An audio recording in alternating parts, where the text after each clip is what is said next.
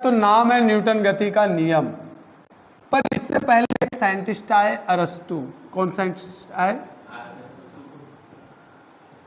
अरस्तु ने क्या कहा वो पहले से, एकदम छोटा सा स्टेटमेंट है। अरस्तु साहब बोले कि अगर कोई वस्तु को लगातार गति में रखना है, मान लो हमारे पास एक वस्तु है जिसका द्रव्यमान m है और इसको आपको लगातार गति में ही रखना है, तो आपको लगातार बल लगाने की जरूरत है। क्या लगाने की जरूरत है? बड़ा आसान सा बात था। जो बात हम लोग सोचते हैं वही बात ये बोले कि मान लिया जाए हमारे पास कोई एक वस्तु है और इस वस्तु को अगर मुझे यहाँ से गति करवाना है और लास्ट तक गति करवाना है तो लास्ट तक हमको बल लगाते रहना पड़ेगा। अगर बल बंद करेंगे लगाना तो गति भी बंद हो जाएगा। ये अरस्तु साहब का कहना था। अच्छा था, स्टेटमेंट भी सही था, पर यह नियम उसका गलत था। कहना बात क्या था? गलत था। ये गलत क्यों था और किसने बताया? ये बताए न्यूटन साहब ने। देखो बेसिकली क्या है कि पहले कोई घटना घटी, उसके अकॉर्डिंग कोई साइंटिस्ट नियम दिए, तो उसी तरह अरस्तु साहब देखे होंगे कि भाई कोई वस्तु को हमको अगर लगातार गति में रखने की ज़रूरत होती है तो लगातार बल लगाना पड़ता है, और लगातार यदि बल लगाना पड़ता है तो इससे ये नियम बन गया। और अरस्तु साहब ने नियम दे दिए कि किसी वस्तु को लगातार गति में रखने के लिए क्या करना पड़ता है? लगातार बल की आवश्यकता होती है। लिख लीजिएगा। अरस्तु के अनुसार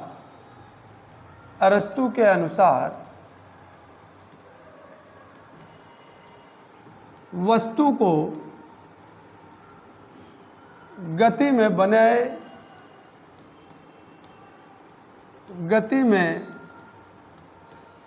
रहने के लिए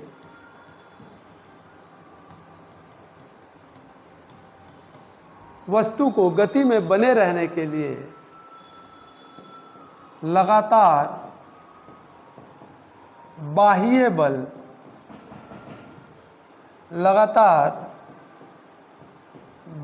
बल की आवश्यकता होती है। क्या हुआ? बाह्य बल की क्या है उसमें?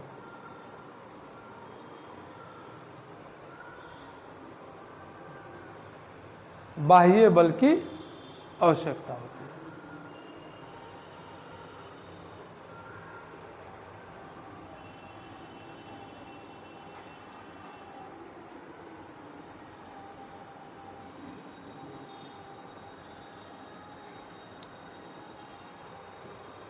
बाह्य बल की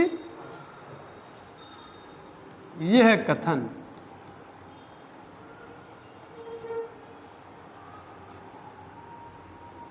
न्यूटन के गति के नियम के पश्चात, न्यूटन के गति के नियम के पश्चात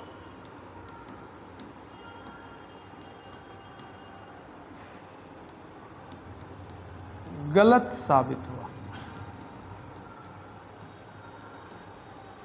यानी ये नियम क्या है आपका? गलत है। ये नियम क्या है आपका? गलत है। कोई परेशानी?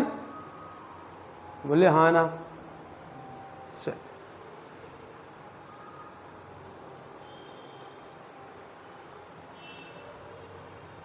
तो अब देखते हैं क्या है न्यूटन का नियम। न्यूटन साहब सबसे पहले पहला नियम दिए। पहला नियम देने के बाद उनको लगा कि मेरा जो कथन है, मेरा जो नियम है, ये परफेक्ट फिट नहीं बैठ रहा है। तब दूसरा नियम दिए। दूसरे नियम के बाद भी उनको लगा कि नहीं, अभी भी कथन सत्य पूरा नहीं हुआ, तो तीसरा नियम दिए।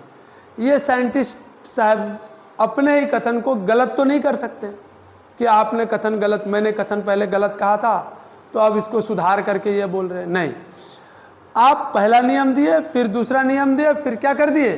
तीसरा नियम। इसलिए न्यूटन ने गति के बारे में 3 नियम दिए। पर उनके 3 नियम को पढ़ने से पहले बातों को पहले समझ लेते हैं। एक होता है आपका इनर्शिया, जिसे हम लोग कहते हैं हिंदी में जड़त्व। क्या कहते हैं? जड़त्व।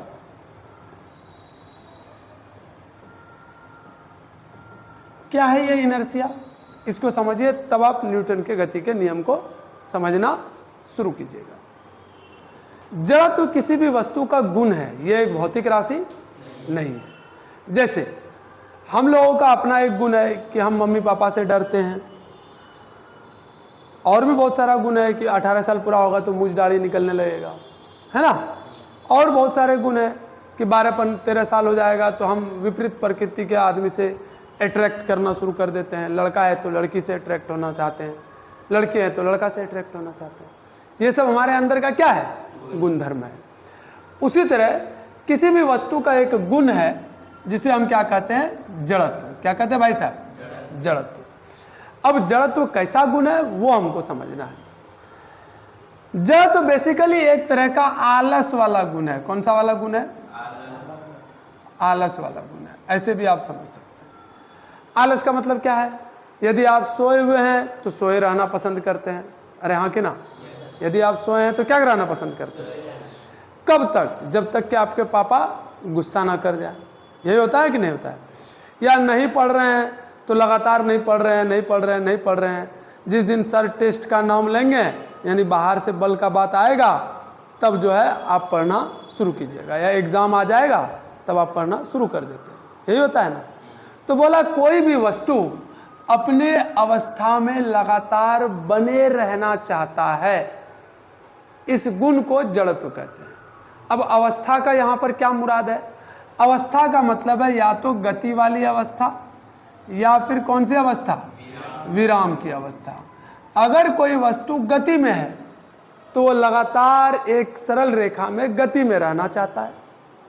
अगर कोई वस्तु विराम में है तो वो लगातार किस में रहना चाहता है? यानी जो जिस अवस्था में है वो उसी अवस्था में क्या करना चाहता है? बने रहना चाहता है। इस गुण को हम लोग जड़त्व कहते हैं। क्या कहते हैं? क्या कहेंगे? क्या कहेंगे? जो वस्तु जिस अवस्था में है वो उसी अवस्था में रहना चाहता है, ये गुण कहलाता है जड़त्व। अब ध्यान से सुनिए, एक पतला दुबला लड़का है और एक एकदम मोटा जाड़ा आदमी है। जाड़ा का मतलब भी मोटा होता है मराठी में। तो एक मोटा आदमी है और एक पतला आदमी है, दोनों बैठा हुआ है। जल्दी उठना कौन पसंद करेगा, मोटा कि पतला? पतला आदमी। भाई ये भी आदमी है वो भी आदमी है, पर मोटा आदमी ज़्यादा देर आलस में लगा रहता है और पतला आदमी कमालसी होता है। होता है कि नहीं होता है? हम लोग जनरल भाषा में बोलते भी हैं। इसका मतलब मोटा आदमी का द्रव्यमान अधिक है और पतला आदमी का द्रव्यमान कम है। तो जिसका जितना ज़्यादा द्रव्यमान होगा उसमें ये गुणधर्म उतना अधिक पाया जाएगा। बोलो हाँ कि ना? कोई सुंदर कन्या जितनी ज़्यादा खूबसूरत होगी आप उसकी तरफ ज़्यादा आकर्षित होंगे। अरे हाँ या ना? अरे यही तो होता है। बोलो हाँ कि ना? हाँ। तो इसका मतलब आकर्षण का कारण क्या? उसकी सुंदरता। एकदम काली कलोटी भद्दी सी एकदम दिखने में लग रही है, आप आकर्षित होंगे? नहीं। क्यों? उस लड़की नहीं है, लड़की है। पर क्योंकि आकर्षित होने के लिए क्या आपके मन में जरूरी है? सुंदरता। तो जो जितना अधिक सुंदर आप उसके पीछे उतना भागेंगे। अरे हाँ या ना? चलिए ठीक है। इसका मतलब जिस वस्तु का द्रव्यमान जितना अधिक होगा उस वस्तु का जड़त्व भी क्या होगा? उतना अधिक होगा। अच्छी बात है। चलिए लिखिए जड़त्व किसे कहते हैं।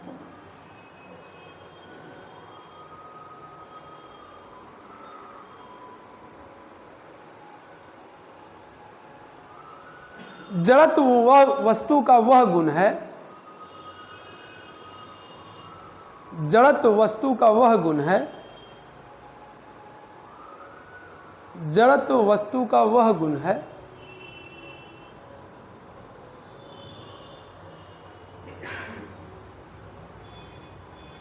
जिससे वो अपनी अवस्था परिवर्तन का, जिससे वह अपनी अवस्था परिवर्तन का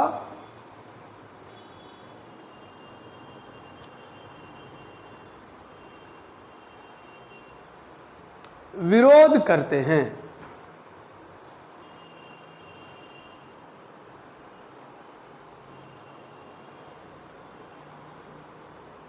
अर्थात क्या मतलब हुआ, विराम वाली वस्तु विराम में रहना पसंद करती है और गति वाली वस्तु एक सरल रेखा में गति में रहना पसंद करती है। समझ में आया? एक ही दिशा में ना गति में रहना चाहेगा, क्या करेगा, सांप जैसा गति में रहने लगेगा, नहीं ना। चलिए नोट पॉइंट लिखेगा यहां पर, वस्तु का जड़त्व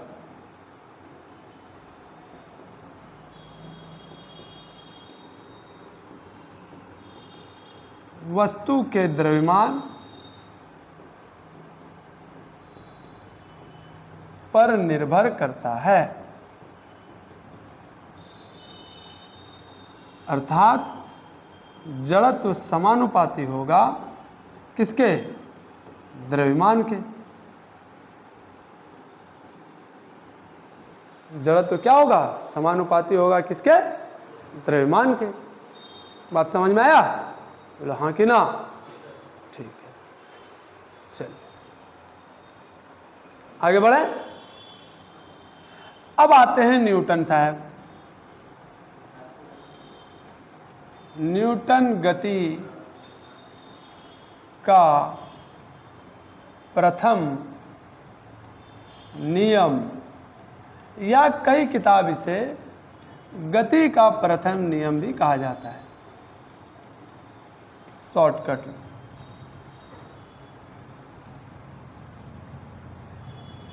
अब ध्यान से सुनिए, न्यूटन साहब जानते थे जो वस्तु जिस अवस्था में है वो उसी अवस्था में बना रहेगा, है ना।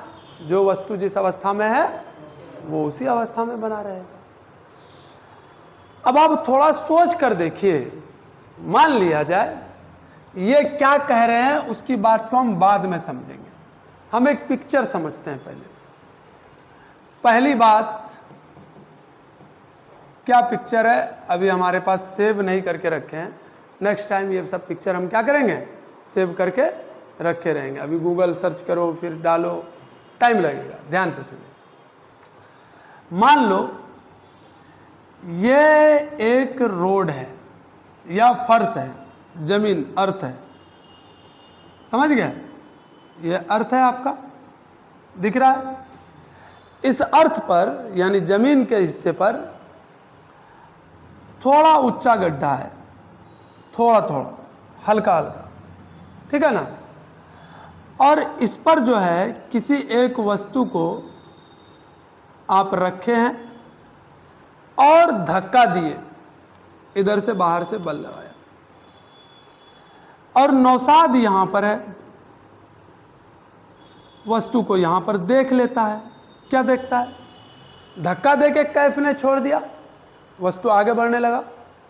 यहां पर नौसाद की नजर में एक डब्बा आया, आने के बाद ये देखा कि थोड़ा चला और आगे जाकर के ये भाई साहब क्या हो गए, रुक गए। यहां जाते जाते क्या हो जाएगा, रुक जाएगा। जनरल बात है कि नहीं है, अच्छी बात है। अब न्यूटन साहब क्या बोलते हैं, देखिए आपको कैसे दिमाग में ये बात गलत लगेगा। न्यूटन साहब बोले कि जो वस्तु जिस अवस्था में है वो उसी अवस्था में बने रहना चाहता है या तब तक बने रहेगा।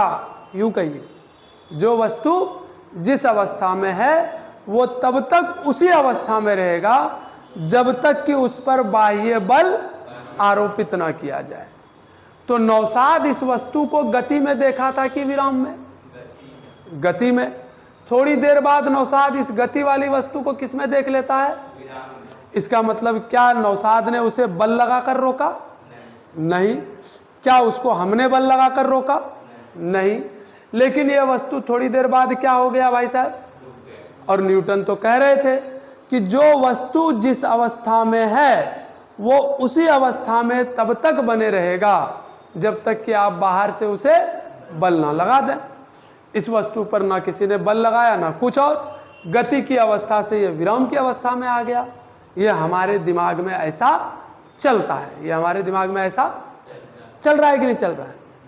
पर न्यूटन साहब यही बात बोले कि जो जिस अवस्था में है वो उसी अवस्था में तब तक रहेगा जब तक कि आप बाहर से बल ना लगा दें।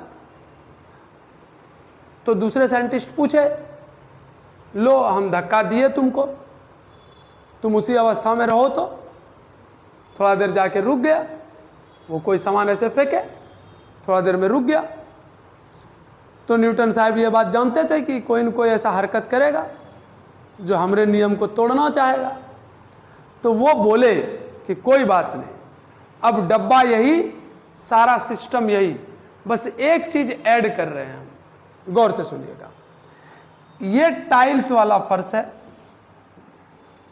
क्या है पूरा, और टाइल्स के ऊपर सर्फ पानी, जो आप लोग डिटर्जेंट पानी होता है ना, सर्फ पानी डाल दिए हैं, उसके बाद हल्का ग्रीस डाल दिए हैं, सब मिक्स करके सरसों का ऑयल डाल दिए हैं, सारा चीज का मिक्सचर बनाए, इस फर्श पर पूरा फैला दिए। ठीक है, फैलाने के बाद आपने ये डब्बा लाया और कैप ने इस डब्बा को हल्का सा धक्का दिया। अब क्या लगता है, नौशाद यहां पर खड़ा था, ये डब्बा को गति में देखेगा कि विराम में? क्या लगता है, ये डब्बा थोड़ी देर बाद जाके रुक जाएगी? क्या रुकेगी? क्या यहां रुकेगी? इसका मतलब वो लगातार किस में रहेगी? गति में रहेगी। न्यूटन साहब बोले, देखो गति में है कि नहीं है।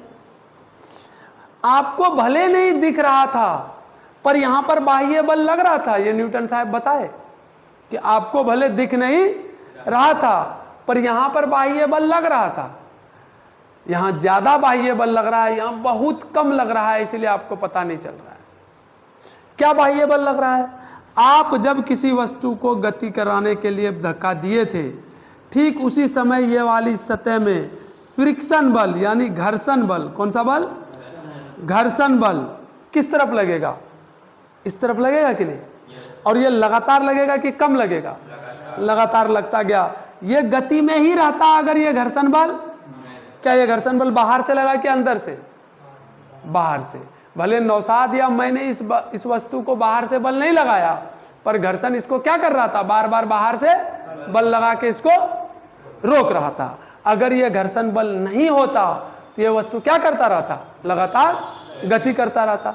न्यूटन साहब ध्यान से समझिएगा, इस वस्तु को लगातार गति में रखने के लिए घर्षण बल को क्या कर दिया? एकदम कम कर दिया।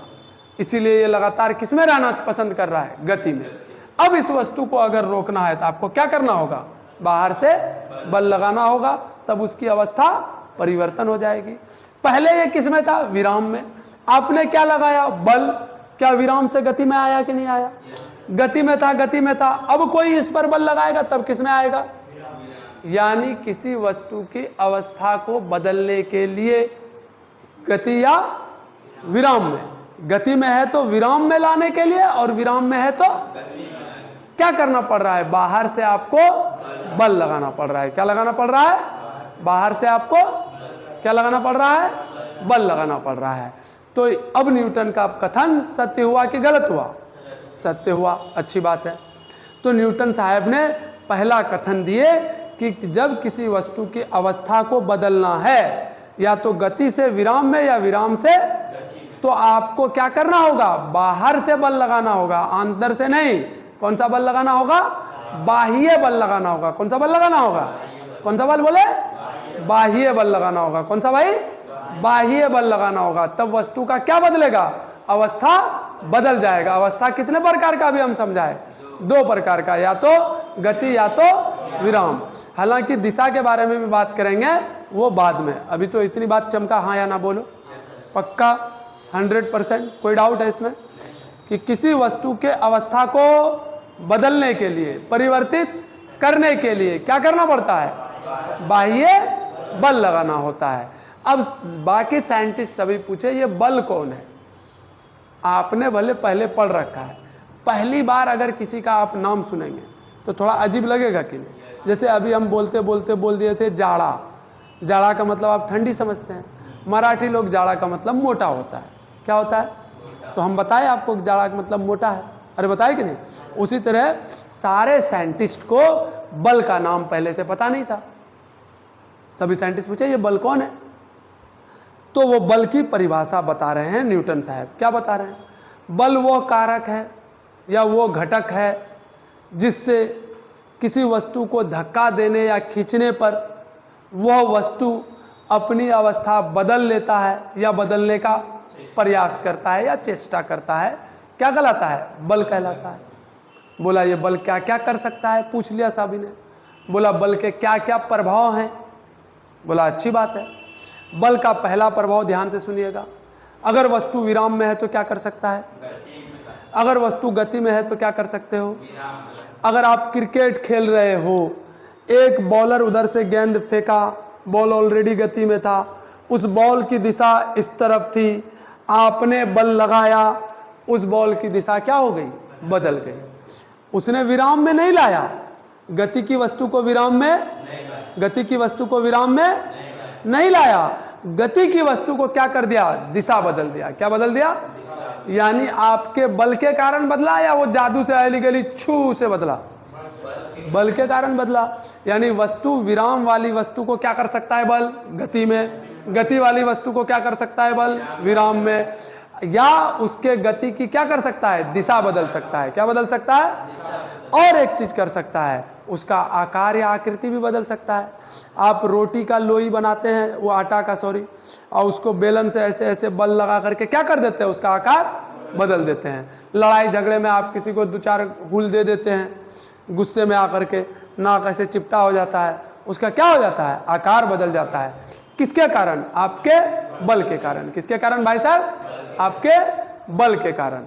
तो कोई भी वस्तु पर जब बल आरोपित करेंगे तो बल का क्या प्रभाव हो सकता है?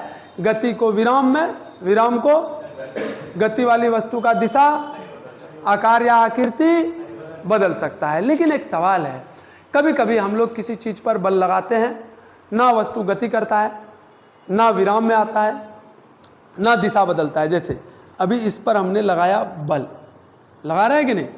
क्या इस पर आकार बदल रहा है? क्या गति में आ रहा है? क्या दिशा बदल रही है? तो तुम्हारा बल क्या किया? तुम्हारा बल ने इस वस्तु के अंदर आंतरिक तनाव पैदा कर दिया। क्या पैदा कर दिया भाई साहब? यह आंतरिक तनाव क्या है, ध्यान से समझिएगा। मान लो कोई भी वस्तु है, वो छोटे छोटे कणों से मिलकर बना है, वो कण आपस में अंतर आणविक बल लगाए बैठे हैं। आप जब बाहर से बल लगाएंगे तो इन दोनों के आई लव यू को नहीं तोड़िएगा, तो इन लोगों में टेंशन पैदा होगा कि नहीं होगा? तो उसी को कहा जाता है आंतरिक तनाव। क्या कहा जाता है?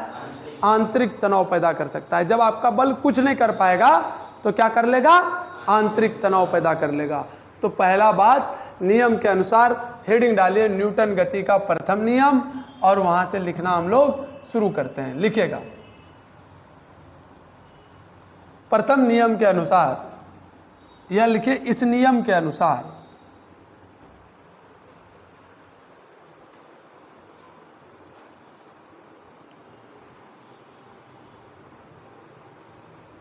इस नियम के अनुसार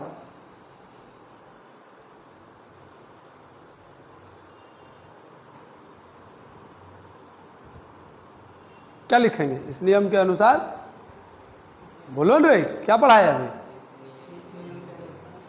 क्या पढ़ा है हम? न्यूटन गति ने, न्यूटन साहब ने क्या कहा?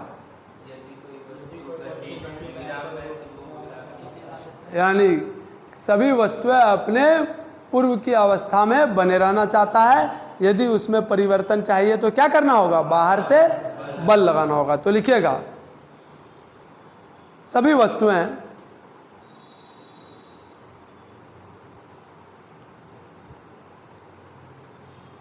के अवस्था परिवर्तन के लिए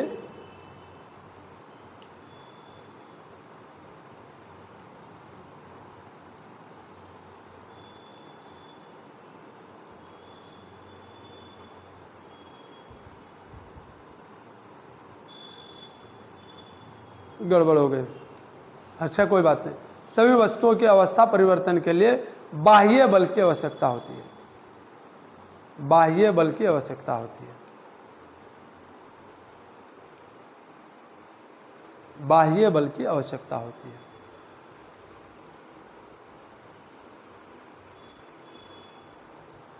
अर्थात, पैराग्राफ चेंज कीजिएगा, अर्थात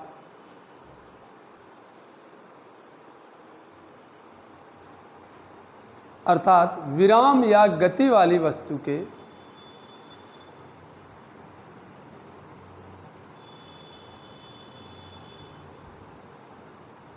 विराम या गतिशील वस्तु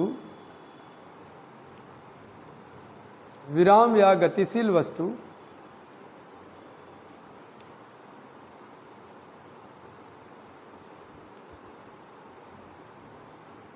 अपनी अवस्था में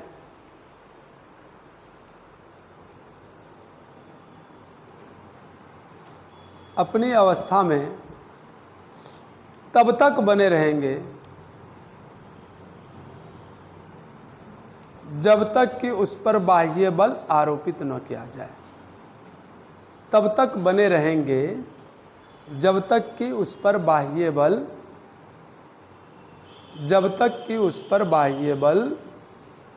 आरोपित न किया जाए। अब आ जाता है बल। ये बल कौन है? परिभाषा। बल वह कारक या घटक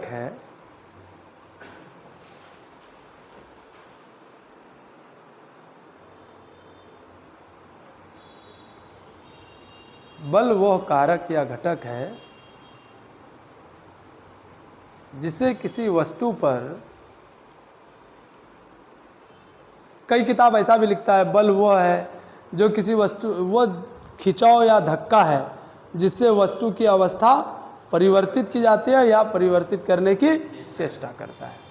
तो लिखेगा बल वो कारक या घटक है जिससे वस्तु की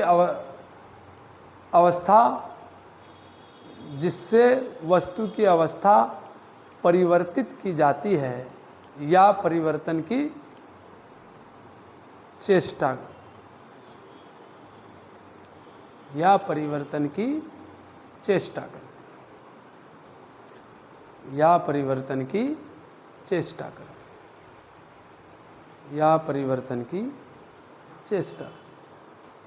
चलिए लिख लिया। बल को किससे दर्शाते हैं हम लोग? बचपन से जान रहे हैं, एफ से। अरे हाँ या ना? अच्छा, बल का एसआई मात्रक क्या होता है? बोलो भाई। बल का एसआई मात्रक होता है न्यूटन। एक चीज और जान लो, 1 न्यूटन बराबर होता है 1 केजी मीटर प्रति सेकेंड स्क्वायर। अच्छा, सीजीएस मात्रक इसका क्या होता है भाई साहब? सीजीएस मात्रक होता है डायन, और 1 न्यूटन बराबर होता है 10 का पावर 5 डायन। और जानिए, 1 डायन बराबर होगा 10 टू द पावर -5 न्यूटन। और कई बार लोग बोलते हैं 1 डायन का मतलब क्या है? 1 डायन का मतलब है 1 ग्राम सेंटीमीटर प्रति सेकेंड स्क्वायर। और थोड़ी बात जान लीजिए, 1 kgf का मतलब होता है 9.8 न्यूटन। कैसे भाई? ये क्या मतलब है इसका? बहुत लोग ध्यान से नहीं समझते हैं, और जानिएगा। 1 kgf का मतलब होता है 9 पॉइंट कितना? 1 न्यूटन। गौर से सुनिएगा। इसके कहने का मतलब है कि 1 kg के बॉडी का, 1 kg के वस्तु का भार कितना होगा, तो 1 kg को कितना जोर से खींचेगा? mg से। अरे भार कितना हो जाएगा? m इंटू जी। m का मान कितना? 1, और g का मान कितना? तो कितना हो गया? 9.8 न्यूटन।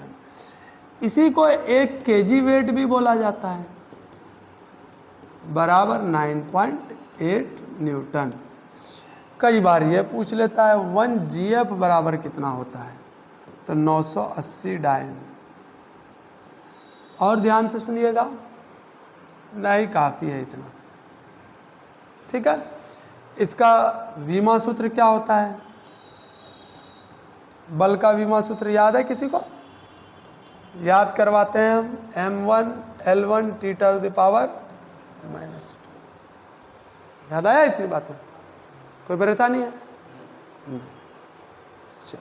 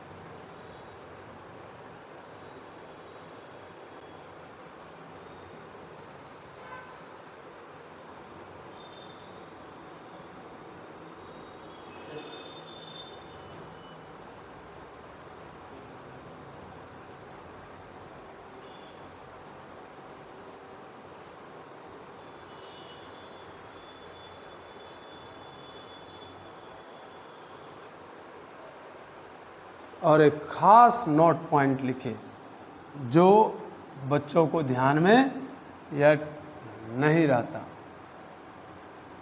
लिखवाएं?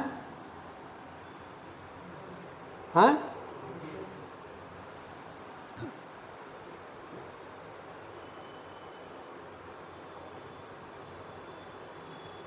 बल का नाम कब पता चला? न्यूटन का पहला नियम देने से कि उससे पहले?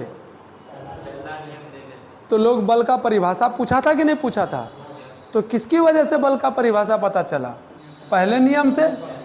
तो न्यूटन गति का प्रथम नियम,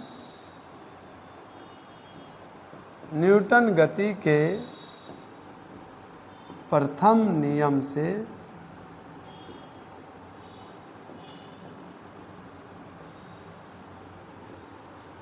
बल के परिभाषा का